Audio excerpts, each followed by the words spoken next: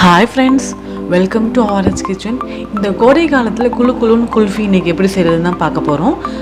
குல்ஃபி செய்கிறதுக்கு நான் இன்றைக்கி 6 லிட்டர் பால் தண்ணி சேர்க்காமல் எடுத்திருக்கேன். இப்போ நம்ம இதை ஒரு பேனில் சேர்த்து நல்லா சூடு பண்ணிடலாம்.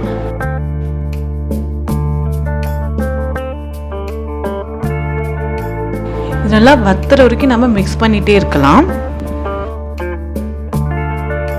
பால் பொங்கி வருது. இந்த டைமில் நம்மளுக்கு ஆடையெல்லாம் சைடில் தேங்கி நிற்கும். இப்போ நம்ம அதெல்லாம் நல்லா உள்ளார எடுத்து விட்டு நல்லா மிக்ஸ் பண்ணிகிட்டே இருக்கலாம். ஒரு சிம்மில் வச்சுக்கோங்க, 15லேருந்து 20 நிமிஷம் வரைக்கும். அப்பப்போ கலந்து விட்டுட்டே இருங்க, கீழே அடி பிடிக்காமல் இருக்கணும். இப்போ ஒரு 15 மினிட்ஸ் ஆயிடுச்சு. இப்போ நம்ம இதில் 1/4 கப் அளவு கண்டென்ஸ் மில்க் சேர்த்துடலாம். இது எதுக்குன்னா நல்லா க்ரீமியாக இருக்கும், அதுக்காக தான் கண்டென்ஸ் மில்க் ஆட் பண்ணுறோம். அது இல்லாட்டினா கூட பரவாயில்ல. கண்டென்ஸ் மில்க் எப்படி வீட்டிலேயே சுலபமாக பண்ணுறதுன்னு நான் ஏற்கனவே வீடியோ போட்டிருக்கேன். இப்போ நான் அதுக்கான லிங்க் டிஸ்கிரிப்ஷனில் கொடுக்குறேன், அது நீங்கள் பார்த்து தெரிஞ்சுக்கோங்க. அப்படி இல்லாட்டி மேலே ஐகார்ட்லேயும் இப்போ வரும், அது நீங்கள் கிளிக் பண்ணி பார்த்து தெரிஞ்சுக்கோங்க. அதோட 50 கிராம் சர்க்கரையும் சேர்த்துடலாம். ஒரு வேளை நீங்கள் கண்டென்ஸ் மில்க் எடுக்கல அப்படின்னா சர்க்கரை கொஞ்சம் கூடுதலாக சேர்த்துக்கோங்க. இப்போ நம்ம இதெல்லாம் சேர்த்துட்டு இன்னும் கொஞ்சம் நேரம் நல்லா மிக்ஸ் பண்ணிகிட்டே இருக்கலாம். இப்போ பார்த்தீங்கன்னா கொஞ்சம் நேரம் ஆயிடுச்சு. இப்போ நான் அதில் கொஞ்சம் வாசனைக்காக ஏலக்காய் பொடி சேர்க்குறேன். 1/2 ஸ்பூன் ஏலக்காய் பொடி சேர்த்துக்கோங்க.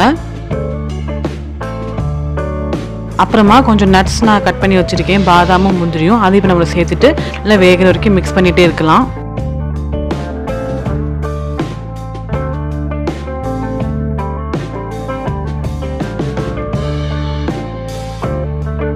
இப்போ பார்த்தீங்கன்னா நல்லா கெட்டியாக இருக்குது. இந்த ஸ்டேஜ் வர வரைக்கும் நம்ம நல்லா மிக்ஸ் பண்ணி விட்டுட்டே இருக்கலாம். அப்புறமா நம்ம ஸ்டவ் ஆஃப் பண்ணிடலாம். இந்த மாதிரி ஸ்டேஜில் நம்ம ஸ்டவ் ஆஃப் பண்ணி எடுத்தால் தான் நம்மளுக்கு குல்ஃபி நல்லா க்ரீமியாக கிடைக்கும். கொஞ்சம் லிக்விடாக இருந்தால் அது கிறிஸ்டல் ஃபார்மேஷன் ஆயிடும், ஐஸ் கட்டியாக. அதனால நம்ம இந்த ஸ்டேஜுக்கு வந்தோடனே ஸ்டவ் ஆஃப் பண்ணிடலாம். இப்போ நம்ம நல்லா ஆற வச்சு எடுத்துடலாம்.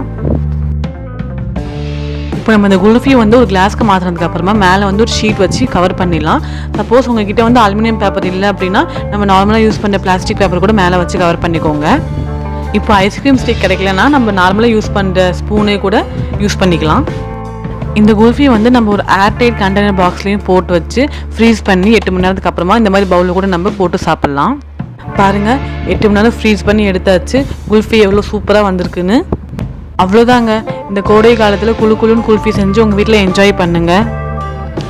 இந்த வீடியோ பிடிச்சிருந்துச்சுன்னா லைக் பண்ணுங்கள். மறக்காமல் இந்த குல்ஃபி செஞ்சு பார்த்துட்டு எனக்கு எப்படி இருக்குன்னு கமெண்ட் பண்ணுங்கள். இந்த வீடியோ உங்கள் ஃப்ரெண்ட்ஸ் அண்ட் ஃபேமிலிக்கு ஷேர் பண்ணுங்கள். நடனமாடும் நாவல் சுவை. Bye friends.